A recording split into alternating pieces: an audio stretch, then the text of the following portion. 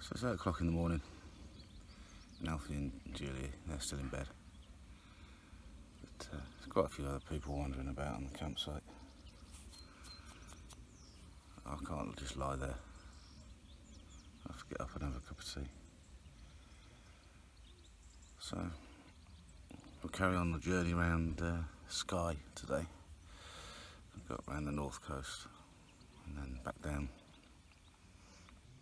the west. It's lovely being here. Brilliant weather again. But it's a bit bittersweet because we're coming to the end of the trip now. So being on Skye means we've only got a couple of nights left. So I think we're going to try and camp somewhere fairly southerly on Skye, probably around the Cooling Hills on the southwest.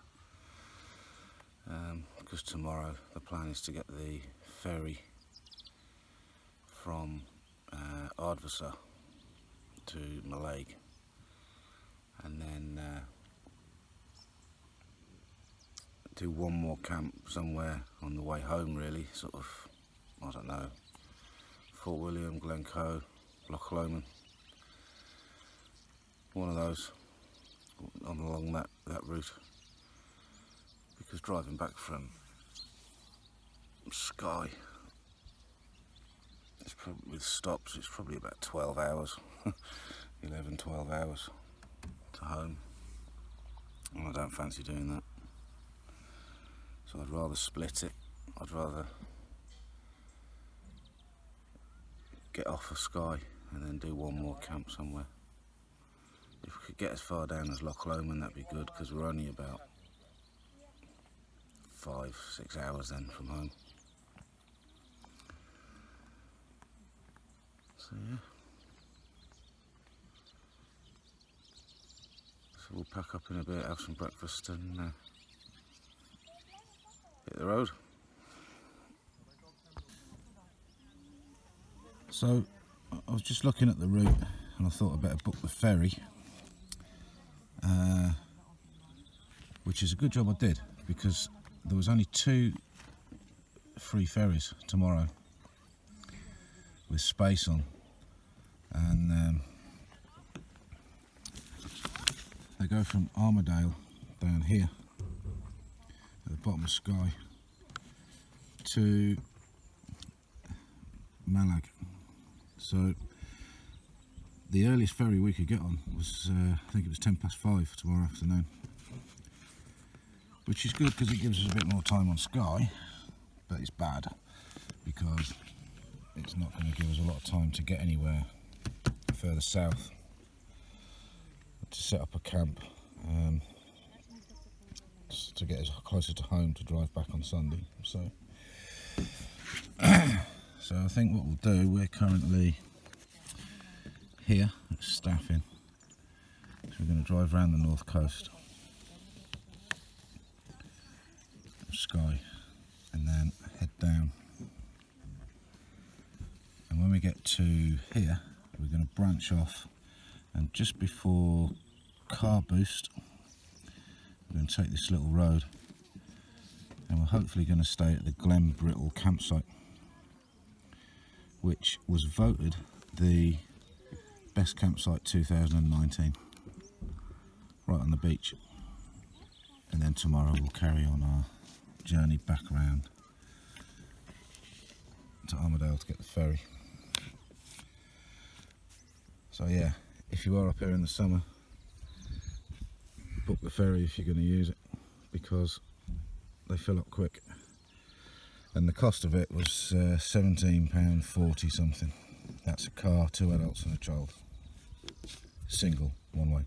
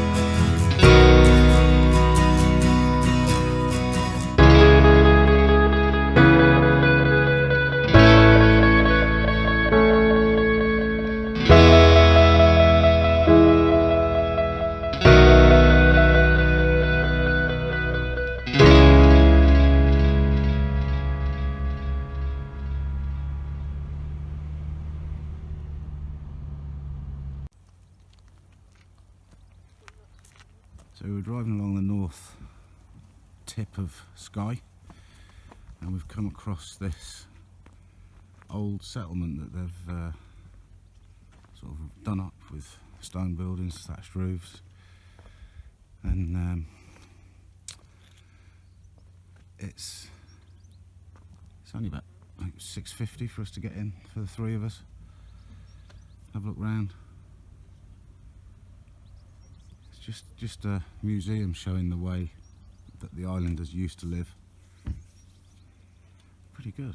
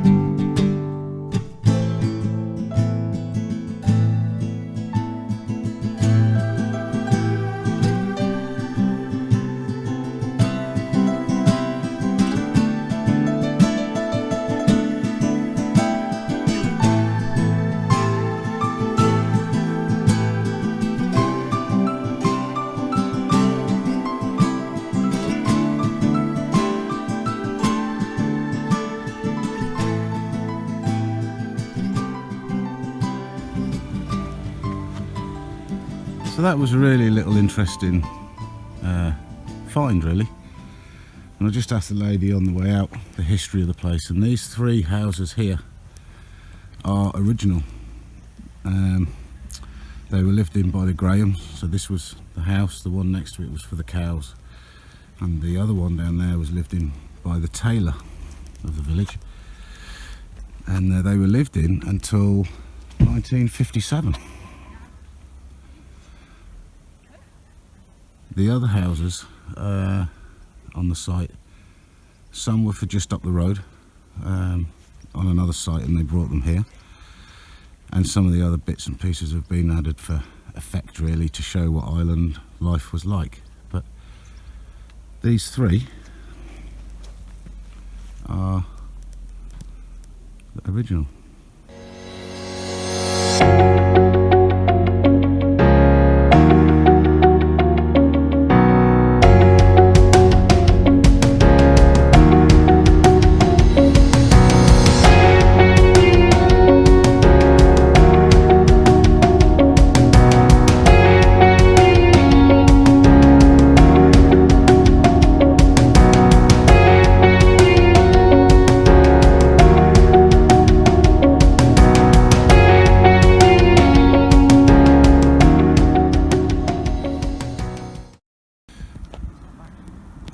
So we just stopped in Dunvegan on Skye, and yeah, seems quite nice. There's not a lot here, so we're just trying to find a cafe, get a coffee.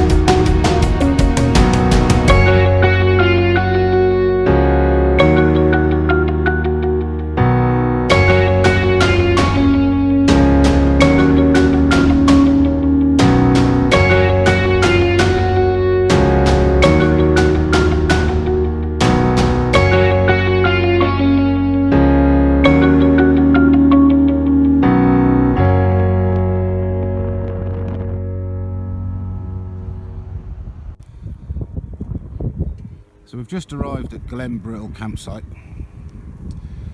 voted best campsite 2019, and you can see why. You've got cooling hills, cooling mountains there, some of the best climbing and mountaineering in Britain. You've got the cafe and shop and all that lot, showers and everything over there, and then you've got the beach.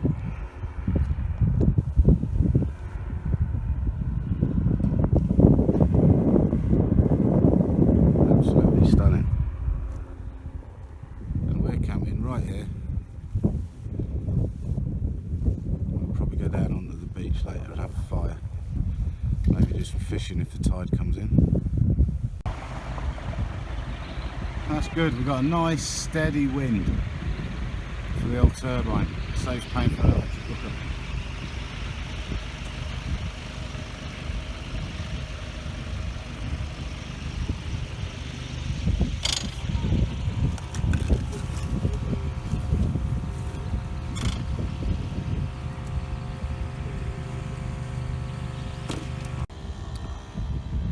It doesn't matter how many times I tell him to pitch his tent into the wind, to peg it out right, to put the guide ropes out. It don't happen. Until it blows down in the night, he's not going to learn. So I've just had another person come over and ask about the turbine. We've probably had about 6 or 7 people now asking about it, wanting pictures, information. They're all saying they've never seen it before. It certainly works.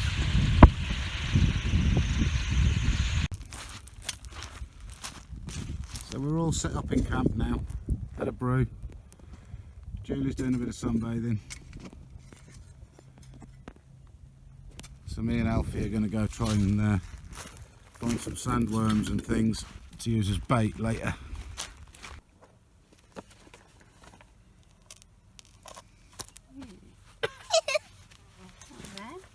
Sandworms?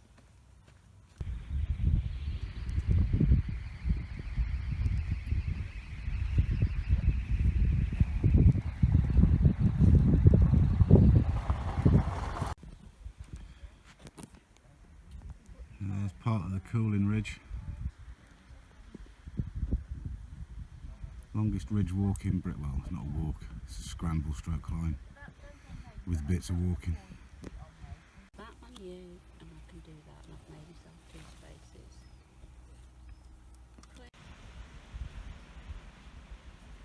So I thought I'd give you an update on the campsite. It may have the title of the best campsite 2019, but the toilets and the showers, in my opinion and Julie's opinion and Alfie's opinion, are certainly not the best. They're okay. There's campsites with a lot worse, but for a campsite with the title of the best, they should be a lot better. I think in the gents there's 6 showers for a campsite that probably holds several hundred people. I think there was probably 5 toilets, 2 or 3 urinals. So, and they weren't the cleanest and they weren't the best in condition. And the reason for that is, if you look behind me at that car park, that's a public car park that the campsite charge £5 to park there for the day. And they can come down and use the beach and the toilets. And then the campers who have paid to camp the night have a code to access the showers. Now, in my opinion, the site's got its title because of its location and its views, and don't get me wrong, it is stunning, it really is, to be camped this close to the beach. And it's got a good cafe and shop and things like that. But it should have some better toilets. So in my opinion, it isn't the best campsite.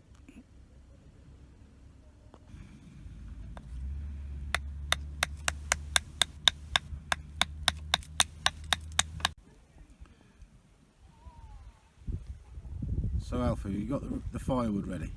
Yeah. Come on then, explain what you got.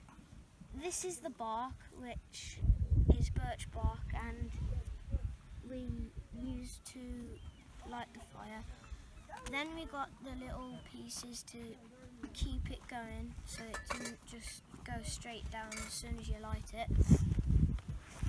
Then we have, that should be there, but then we've got these, so the flames and the smoke get bigger, so we get more warmth and the midges don't get us more. And then we've got the next step, which is just the same thing, but it's thicker wood, so it gives off more smoke. And then we've got the same, but just thicker wood, so to finish it off, and then once it all burns down. So you've got wood going up in sizes then, Yeah. from thin To thick. and then logs. Yeah. And why do we do that? So the fire builds up, we get more heat and more smoke. Because you can't We light. mainly want smoke. You because can't of the light a midges. fire with big logs, can you? You've got to start with really small stuff.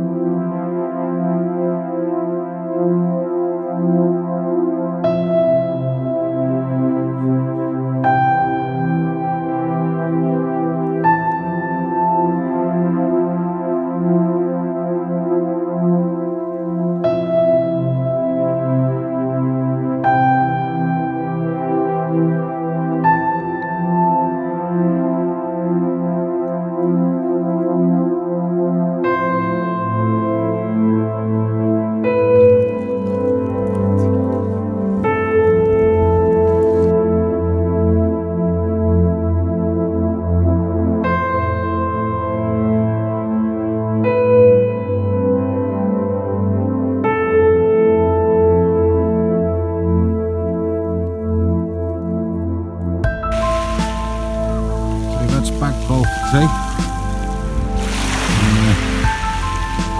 I'm trying again to catch something. Julie's in front of the fire, trying to avoid the midges, which are a nightmare at the minute. But the tide's washed in. Loads of jellyfish, they're everywhere.